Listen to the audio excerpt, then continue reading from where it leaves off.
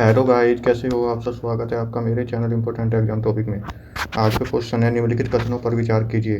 तो पहला कथन दे रखा है, उच्च मेघ मुख्यतः सौर विकिरण को परावर्तित कर भूपृष्ठ को ठंडा करते हैं। दूसरा जो कथन है, भूपृष्ठ से उत्सर्जित होने वाली अवरक्त किरणों का निम्न मेघ में उच्च अवशोषण होता है और इससे तापन प्रभाव होता है।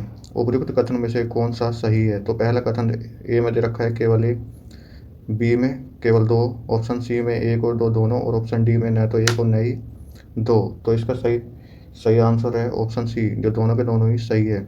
अगला क्वेश्चन है, निम्नलिखित कथनों पर विचार कीजिए। पहला कथन दे रखा है, गुजरात में भारत का विशालतम सौर पार्क है। दूसरा कथन है, केरल में पूर्णतः सौर शक्तिकृत मतलब पूर्णतः सोलर ऊर्जा से चालित अंतर्राष्ट्रीय हवाई अड्डा है। तीसरा कथन है, गोवा में भारत की विशालतम तैरती हुई सौर प्रकाश वोल्टीय परियोजना है। उपयुक्त कथनों में से कौन सा सही है? तो ऑप्शन ए दे रखा है केवल एक और दो, ऑप्शन बी केवल दो, ऑप्शन सी में एक और तीन, और ऑप्शन डी में केवल तीन। तो इसका सही आंसर है ऑप्शन बी, केवल जो दो है वह सही है। अगला क्वेश्चन है, निम्नलिखित कथनों पर विचार कीजिए। और पहला कथन दे रखा है, उत्तर पश्चिम केन्या में बीडी बीडी एक वृहद शरणार्थी बस्ती है। दूसरा कथन है, दक्षिणी सूडान गृह युद्ध से पलायन किए हुए कुछ लोग बीडी बीडी में रहते हैं। तीसरा कथन है, सोमालिया के गृह युद्ध से पलायन किए हुए कुछ लोग केन्या के ददाब शरणार्थी संकुल में रहते हैं। उपयुक्त कथन में से कौन सा सही है? तो ऑप्शन ए दे रखा है एक और दो, ऑप्शन बी केवल दो, ऑप्शन सी दो और तीन, और ऑप्शन डी है केवल तीन। तो इसका सही आंसर है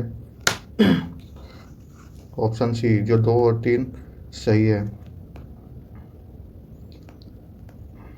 अगला क्वेश्चन है, समुद्री कानून पर संयुक्त राष्ट्र अभिसमय्या यूनाइटेड नेशन कन्वेंशन के संदर्भ में निम्नलिखित कथनों पर विचार कीजिए। पहला कथन दे रखा है, किसी तटीय राज्य को अपने प्रादेशिक समुद्र की चौड़ाई को आधार रेखा से मापित 12 समुद्री मील से अनधिक सीमा तक अभिसमय के अनुरूप सुस्थापित करने का अधिकार है। दूसरा जो कथन दे रखा है, सभी राज्यों के, चाहे वे तटीय हो या भूमध्य या भूमि के बीच में भाग भाग के हो, जहाज़ों को प्रादेशिक समुद्र से होकर बिना रोक टोक यात्रा का अधिकार होता है। तीसरा कथन है, अनन्य आर्थिक क्षेत्र का विस्तार उस आधार रेखा से 200 समुद्री मील से अधिक नहीं होगा जहां से प्रादेशिक समुद्र की चौड़ाई मापी जाती है।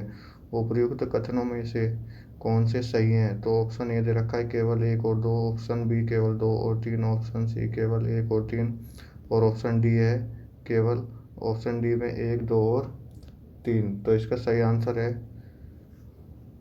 ऑप्शन ए, जो एक और दो है वह सही है।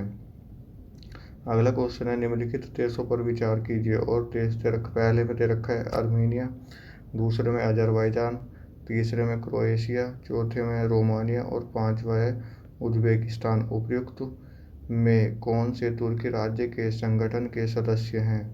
ऑप्शन ए दे रखा है केवल एक, दो और चार, ऑप्शन बी केवल एक और तीन, ऑप्शन सी दो और पाँच, और ऑप्शन डी है तीन, चार और पाँच। तो इसका सही आंसर है ऑप्शन सी, दो और पाँच इसका सही आंसर है।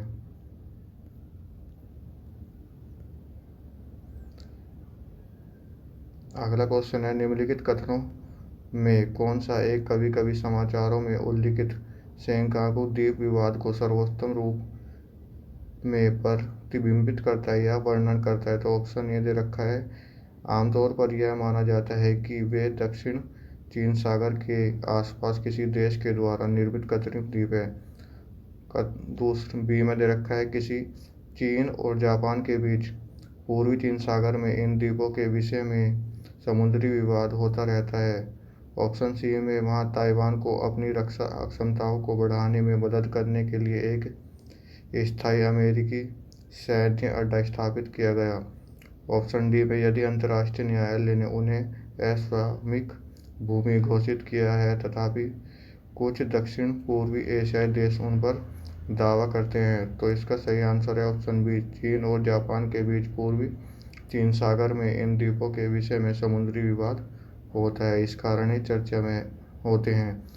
अगला क्वेश्चन है, निम्नलिखित युग्मों पर विचार कीजिए। अक्सर समाचारों में उल्लिखित क्षेत्र और देश दे रखे हैं, जैसे अनातोलिया के सामने दे रखा है तुर्की, दूसरे में है अमराहा अम्हारा, तो यह इथोपिया दे रखा है, तीसरा कथन दे रखा है काबो डेल गादो, इसके सामने स्पेन। और चौथा है कातालोनिया, इसके सामने दे रखा है इटली।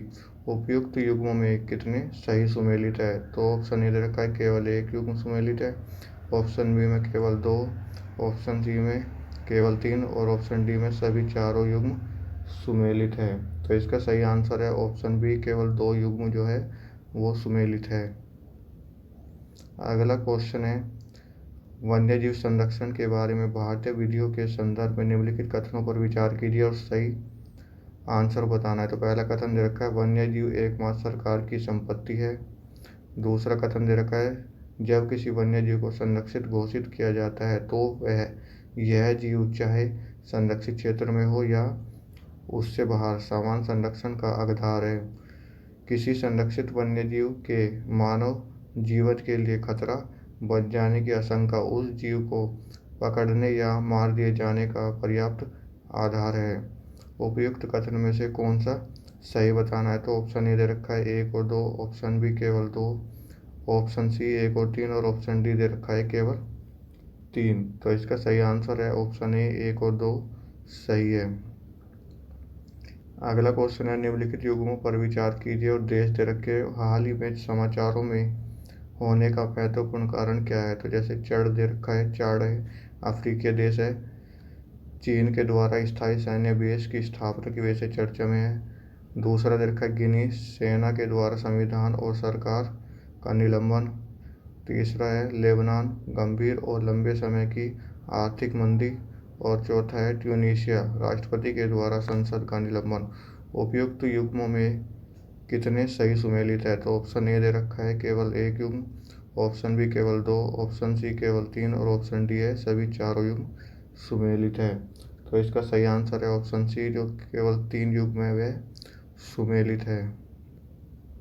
अगला क्वेश्चन है निम्नलिखित में से किस एक जीव की कुछ प्रजातियां कवकों के कृषकों के रूप में जानी जाती है? तो ऑप्शन ए दे रखा है चींटी, option B cockroach, option C केकड़ा और ऑप्शन डी मकड़ी।